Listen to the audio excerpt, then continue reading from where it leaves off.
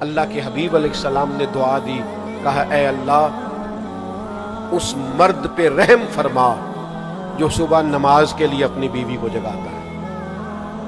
کہا اے اللہ اس عورت پر رحم فرما جو صبح نماز کے لیے اپنے شوہر کو جگاتی ہے۔ وہ میرے دوستو، اللہ کا فرض ادا کرنے کا ٹائم ہے اور میرے گھر میں میرے اہل خانہ میرے بچے سو رہے ہیں۔ میری ذمہ داری تو یہ تھی کہ میں ان کی نیند نہ دیکھتا، شریعت کا قانون دیکھتا، اٹھو وقت نماز ہے۔ لیکن وہ یہ ذرا دیر سے آیا ہے، یہ رات کو ذرا جاگتا رہا ہے، اس کے پیپرز کے دن، اب کیا بات کر رہے ہیں؟ آپ اپنے گھر کے اندر بھی ایک نظام نہیں بنا سکتے؟